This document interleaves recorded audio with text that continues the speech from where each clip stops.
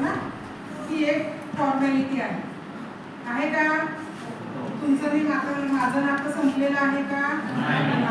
तर तुम्ही विद्यार्थी म्हणून जाणार आहात आता, बरोबर ना? पण आता पुढे तुम्ही मला भेटणार तर कोण म्हणून भेटणार? आपण एक गणित म्हणून भेटणार. माझे विद्यार्थी माझ्या बरोबरीनं, ओके? कोणी आता एकच आपला तलाठी झाला, कोणी कलेक्टर होईल, कोणी व्हिडिओ होईल. असं मोठं स्वप्न आहे माझं, आणि हे माझं स्वप्न हे तुम्ही साकार करणार आहात. म्हणजे तुम्ही आज विद्यार्थ्याच्या भूमिकेतनं प्रोफेशनल लोक होणार आहात. त्याच्यासाठी पहिल्यांदा तुम्हाला खूप शुभेच्छा. आजच्या कार्यक्रमाचं नियोजन केलं, सगळ्यांनी आभार मानले, पण मी मग कौतुक करेल. आभार मानायचे नसतात, भूमिका, ओके नाही? थोरल्यानं धाकट्याला आणि धाकट्यानं थोरल्याचा मानपान हा केलाच पाहिजे. नाही तो आज तुम्ही खूप छान पद्धतीनं केलेला. तुम्ही प्रामाणिक राहा, स्वतःशी निस्वार्थ काम करा, कुठलाही स्वार्थ ठेवू नका.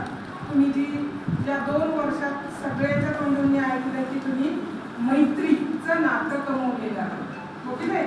हे मैत्रीचं नातं अखंड असू द्या, अखंडपणे ठेवा आणि विश्वास ठेवा एकमेकांवरती. पहिली गोष्ट, कुठलेही नातं हे विश्वासावर केलेलं असतं. म्हणजे मैत्रीचं असो किंवा पती पत्नीचं असो किंवा आई मुलाचं असो किंवा बहीण भावंडांचं असो, म्हणून सगळी नाती ही विश्वासावर टिकलेली असतात. तर ते नातं टिकवायचं असेल तर तुमच्या मैत्रीवरती विश्वास असला पाहिजे. आज माझ्या बरोबर म्हणजे प्रत्येकानं सांगितलं की मी काहीतरी घेऊन चाललो. म्हणजे कोणी जोडीदार घेऊन चाललंय, कोणी ज्ञान घेऊन चाललंय, कोणी अनुभव घेऊन चालले. प्रत्येकानं काहीतरी बरोबर त्या 2 वर्षात घेऊन चाललेलं आहे. आणि ही जी शिदोरी आहे, ही शिदोरी तुमच्या भविष्यात तुमच्या बरोबर राहणार आहे आयुष्यभर, आणि आयुष्यभर तुम्ही जगणार आहात. जे तुम्ही अभ्यासक्रम, जो MSWचा अभ्यासक्रम आहे, हा सामाजिक कार्याचा, म्हणजे सामाजिक बांधिलकी जपा मुलांनो.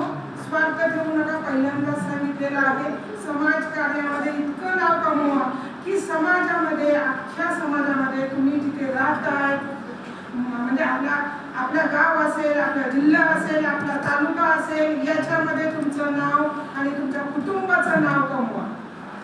जेणेकरून तुम्हाला लोकांनी मुजरा केला पाहिजे, तुम्हाला नमस्कार केला पाहिजे. आणि ज्यावेळेस आमच्या विद्यार्थ्यांना नावाजलं जातं त्यावेळेस ऑफकोर्स आमच्या भारती विद्यापीठाचं आणि माझ्यासारख्या फॅकल्टीचं नाव लोक घेतील. हा बाबा